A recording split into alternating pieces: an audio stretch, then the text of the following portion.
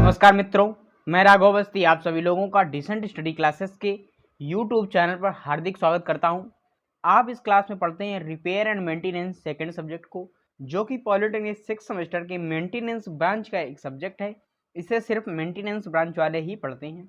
जैसा कि आप लोगों को पता है कि आप लोगों की जो इस बार एग्जाम होनी है वो ऑनलाइन होंगे और उसमें जो पेपर का पैटर्न होगा वो बहुविकल्पी क्वेश्चंस पर आधारित होगा। तो इसी चीज़ को ध्यान में रखते हुए मैंने आप लोगों के लिए बहुविकल्पी क्वेश्चंस की सीरीज स्टार्ट की है, जिसमें हम लोगों ने बहुत सारे सब्जेक्ट लगभग फर्स्ट ईयर के, सेकेंड ईयर के और फाइनल ईयर के कंप्लीट किए हैं, जिसमें अभी भी कुछ चैप्टर चल रहे हैं। तो अगर आप लोगों ने पिछले वीडियोस सारे नहीं देखे हैं तो वो वीडियोस देख लीजिएगा और जिस सब्जेक्ट को आपको पढ़ना है वो सब्जेक्ट पढ़ लीजिएगा। चैनल आज सबसे आसानी आपको रहेगी कि अगर आप चैनल की प्लेलिस्ट पर चले जाएंगे तो वहाँ पर आप लोगों को सारे वीडियो सीक्वेंस से मिल जाएंगे, कोई हैरानी नहीं होगी। इस क्लास में हम लोग पढ़ते हैं repair and maintenance second. Repair and maintenance second के 2 लेक्चर मैंने अपलोड कर दिए हैं, जिसमें मैंने 2 चैप्टर पूरा कंप्लीट किया है। पूरे 2 चैप्टर कंप्लीट हैं। इस वीडियो में हम लोग देखने वाले हैं अगला चैप्टर, जिसका नाम है plant layout, erection and commissioning of machine या फिर इंस्टॉलेशन। ठीक है, erection of commissioning of machine या फिर बोल सकते हैं इंस्टॉलेशन, कि किसी कंपनी में अगर हम लोग किसी मशीन को इंस्टॉल कर रहे हैं तो उसे किस क्रम में इंस्टॉल करना चाहिए, किस तरीके से इंस्टॉल करना चाहिए, या बोल सकते हैं कि जो प्लांट का लेआउट होता है, लेआउट का मतलब बाहरी पूरा एक प्रकार का ऐसा क्षेत्र जिसके अंदर हम लोग सभी कार्यों को अंजाम देते हैं, वो लेआउट कहलाता है। जैसे आप लोग घर के अंदर रहते हैं, सारी एक्टिविटीज़ करते हैं, खाते हैं, पीते हैं, सोते हैं या कोई भी काम करते हैं, तो घर की एक लेआउट के अंतर्गत करते हैं या फिर उसके अंदर करते हैं। तो वही चीज़ है कि प्लान लेआउट जो भी हमारी इंडस्ट्री है, यहाँ पर हम लोग मैकेनिकल से हैं तो हमें इंडस्ट्री को फेस करना पड़ेगा। तो उस इंडस्ट्री में किस तरीके से मशीनों का इंस्टॉलेशन किया गया है, क्या प्रॉपर क्रम में है कि नहीं है। ऐसा तो नहीं है कि अगर मान लीजिए कि एक प्रोसेस में पहले कटिंग होती है, फिर थ्रेडिंग होती है, फिर ड्रिलिंग होती है, तो इसी क्रम में मशीन लगी हुई है, कि ऐसा नहीं है। ये नहीं कि एक रूम में थ्रेडिंग लगा दी गई और थोड़ा हटा दूसरे रूम में एक दो छोड़ के फिर जो उसके बाद वाला ऑपरेशन हो रहा वो ऑपरेशन के लिए मशीन लगा दी गई। तो क्या है, इसमें समय वेस्ट होगा और मैन पावर भी ज़्यादा लगेगा और जो आपकी प्लान की या फिर प्लांट की एक्यूरेसी है या फिर कार्य करने की क्षमता है वो भी कम होगी।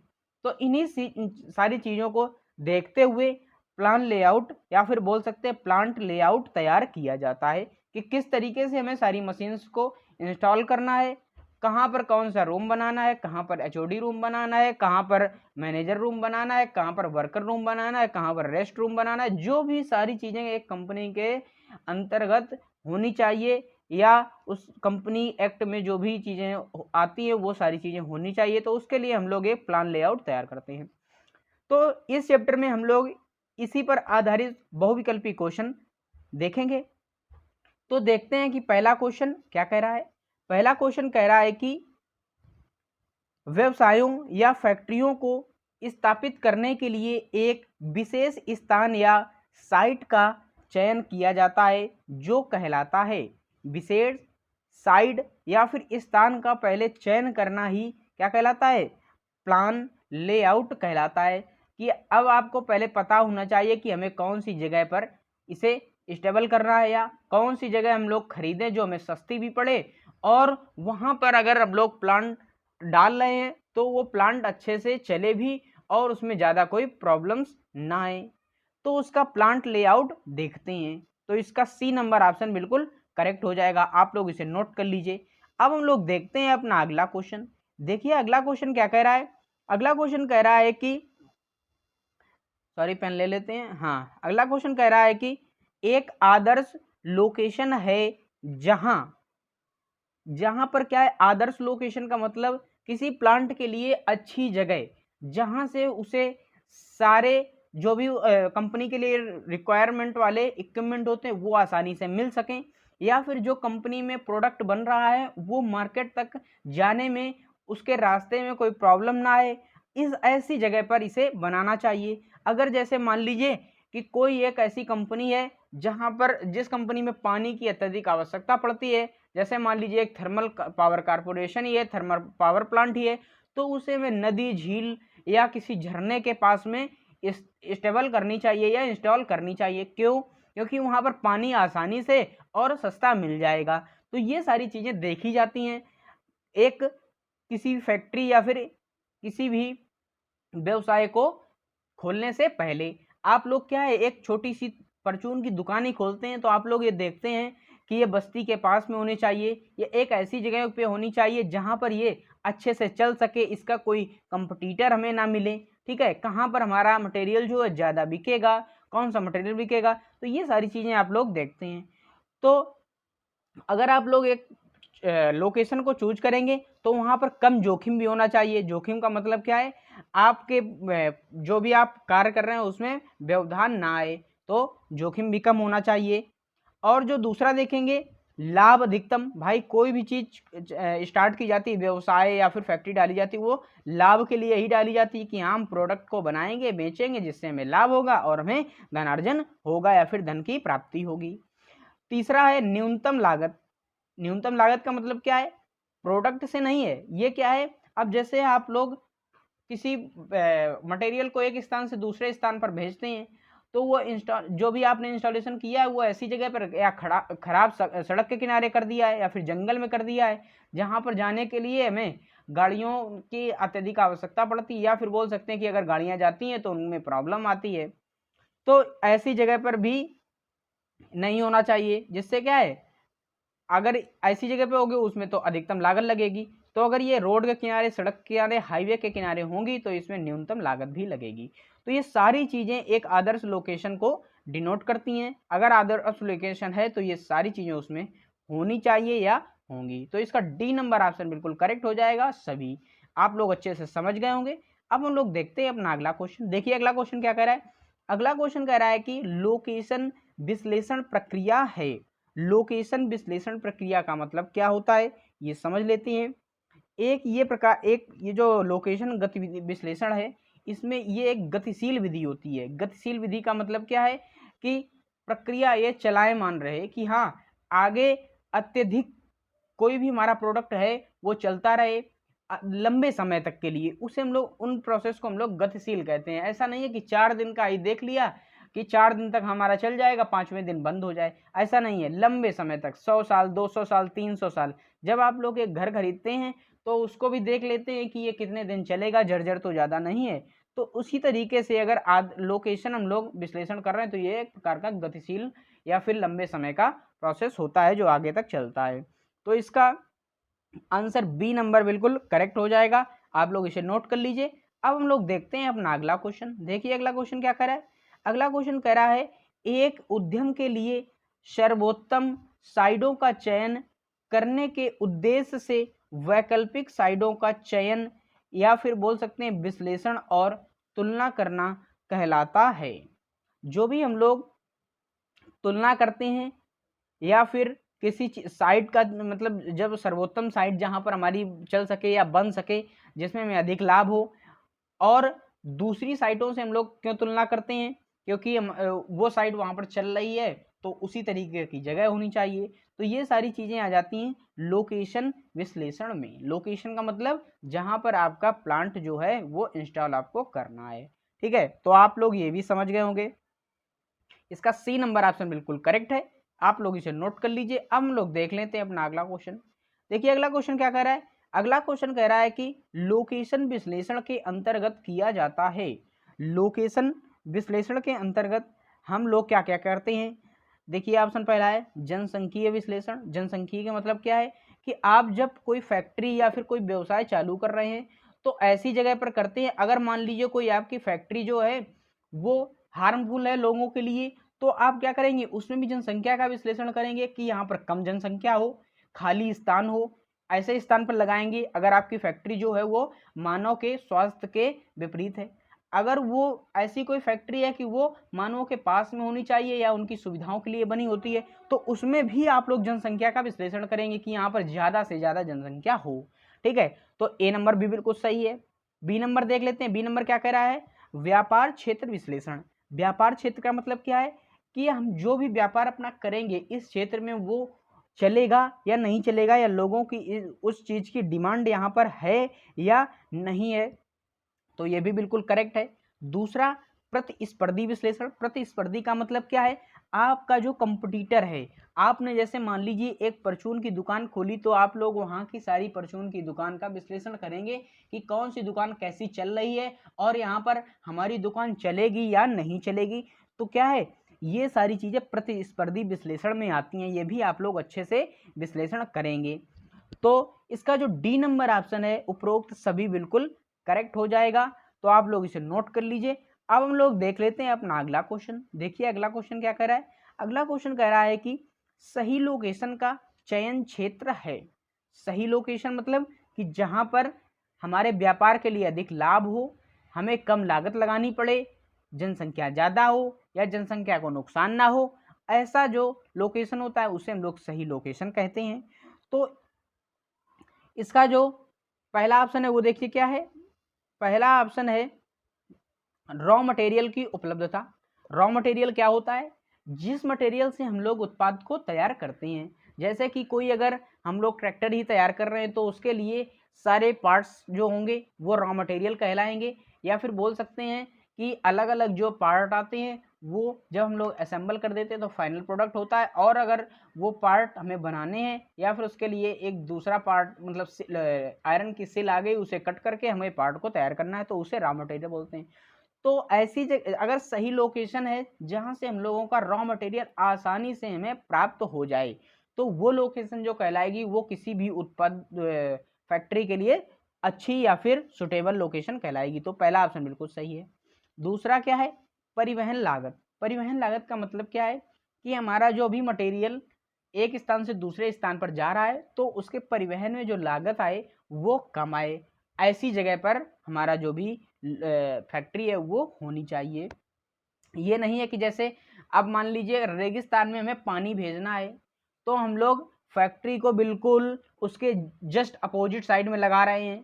ठीक है, दूसरे मतलब राजस्थान अगर मान लीजिए इस साइड है और फैक्ट्री हमने इस साइड लगा रहे हैं। ठीक है, तो यहाँ से जाने में व्यर्थ ही क्या जाएगा? परिवहन लागत जाएगी। अगर क्या करें हम लोग यहाँ पर आवश्यकता है तो यहीं पर अगर प्लांट लगा दें जो भी हमारा है पानी वाला, तो क्या है?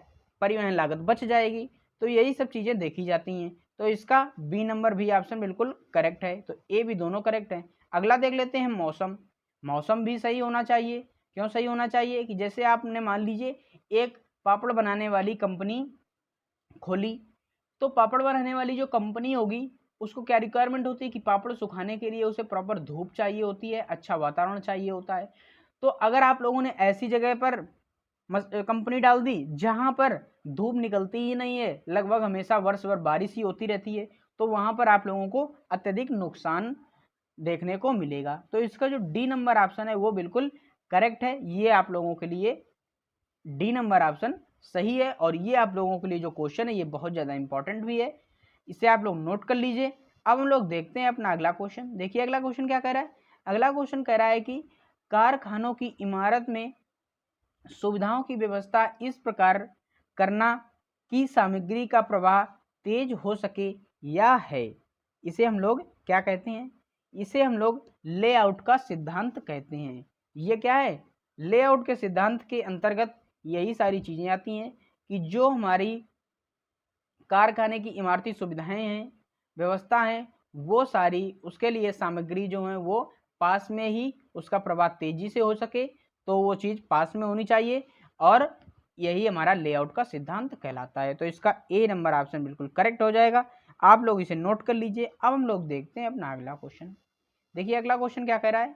अगला क्वेश्चन कह रहा है कि प्लांट लेआउट किस उद्देश्य की प्राप्ति हेतु सहायक होता है। प्लांट लेआउट जो हमारा होता है उसका ये उद्देश्य पूछ रहा है। उद्देश्य क्या है? पहला ऑप्शन देखते हैं, उत्पादन क्षमता बढ़ाने के लिए। उत्पादन, भाई प्लांट की लेआउट कब कब देखते हैं कि हमारी उत्पादन क्षमता ज़्यादा से ज़्यादा हो सके। दूसरा, सामग्री हैंडलिंग लागत। सामग्री हैंडलिंग का मतलब क्या है, जो रॉ मटेरियल हम लोग बाहर से मंगाते हैं उसकी लागत देखते हैं। दुर्घटनाओं को कम करने में ये भी चीज़ देखते हैं, दुर्घटनाएं कम हों, कम मात्रा में दुर्घटना होगी तो हमारे प्लांट को ज़्यादा से ज़्यादा लाभ होगा। तो तीनों ऑप्शन बिल्कुल करेक्ट है, इसका डी आंसर सभी बिल्कुल करेक्ट हो जाएगा। आप लोग इससे समझ गए होंगे। अगर आप लोगों को वीडियो पसंद आ रहा हो तो वीडियो को लाइक करते रहिए, और अगर हमारे चैनल पर नए हो तो चैनल को कर लीजिए सब्सक्राइब, क्योंकि आप लोगों को इसी तरीके से वीडियोस में प्रोवाइड करता रहूँगा। 9 नंबर क्वेश्चन देखते हैं।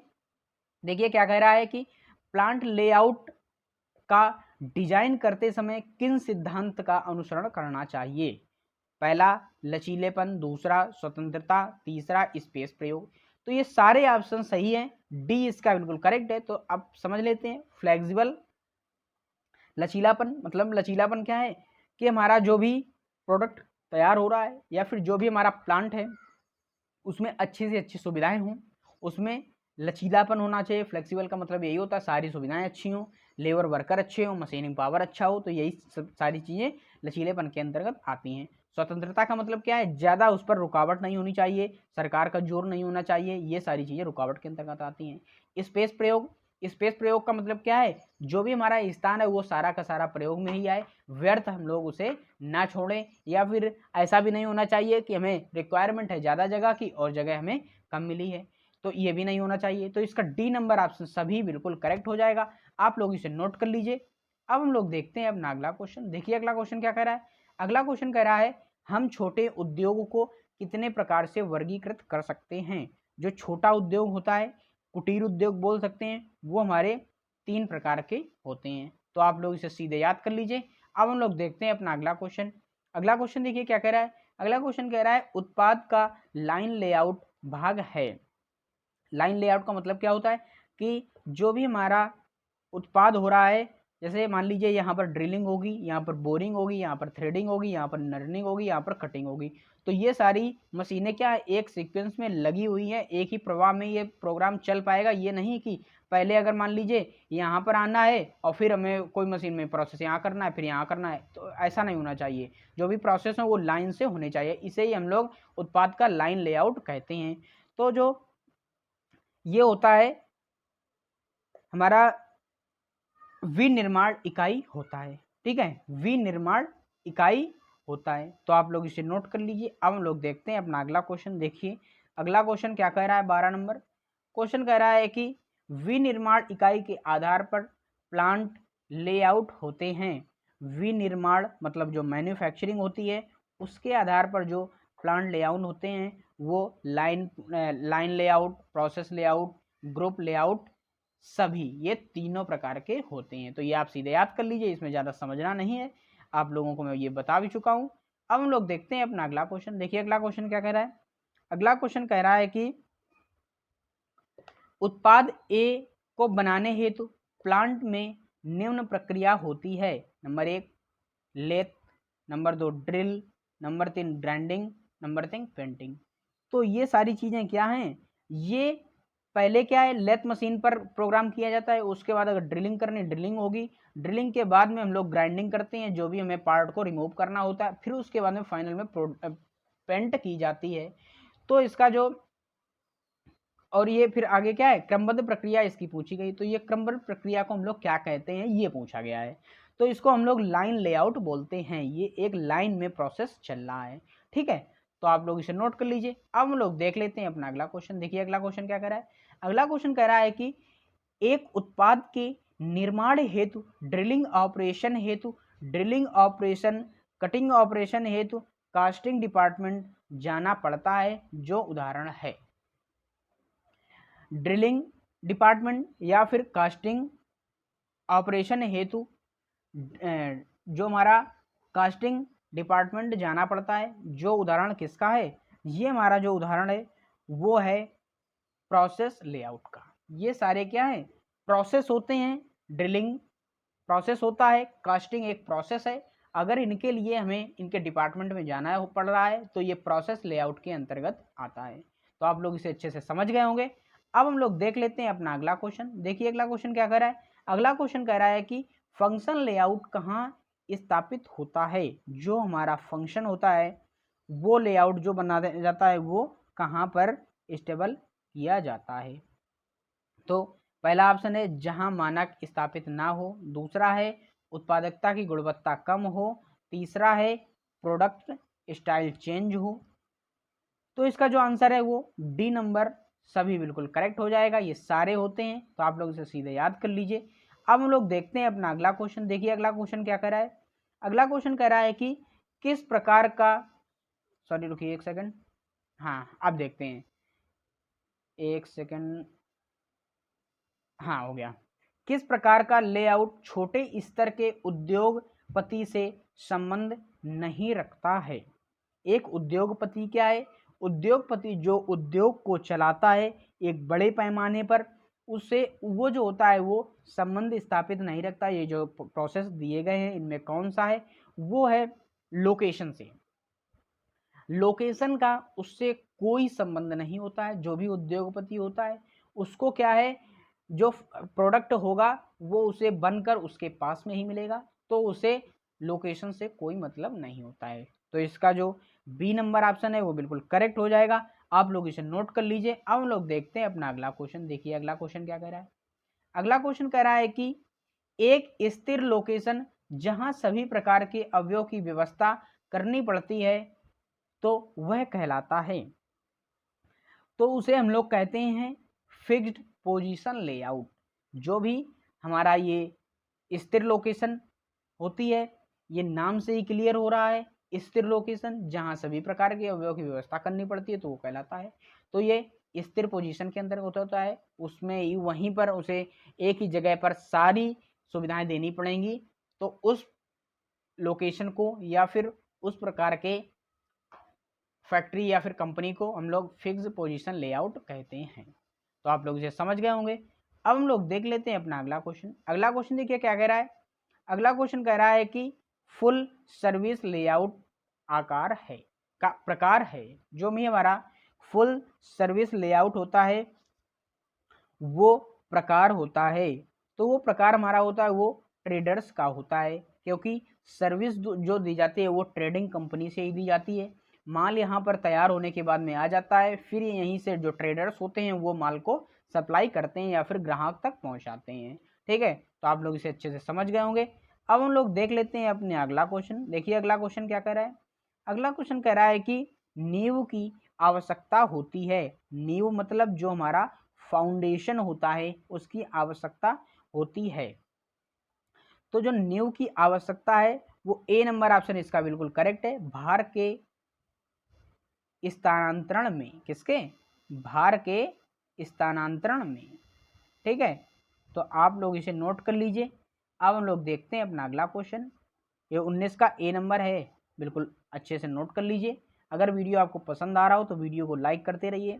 यही सारे क्वेश्चन हैं जो आप लोगों को पेपर में आपको देखने को मिलेंगे।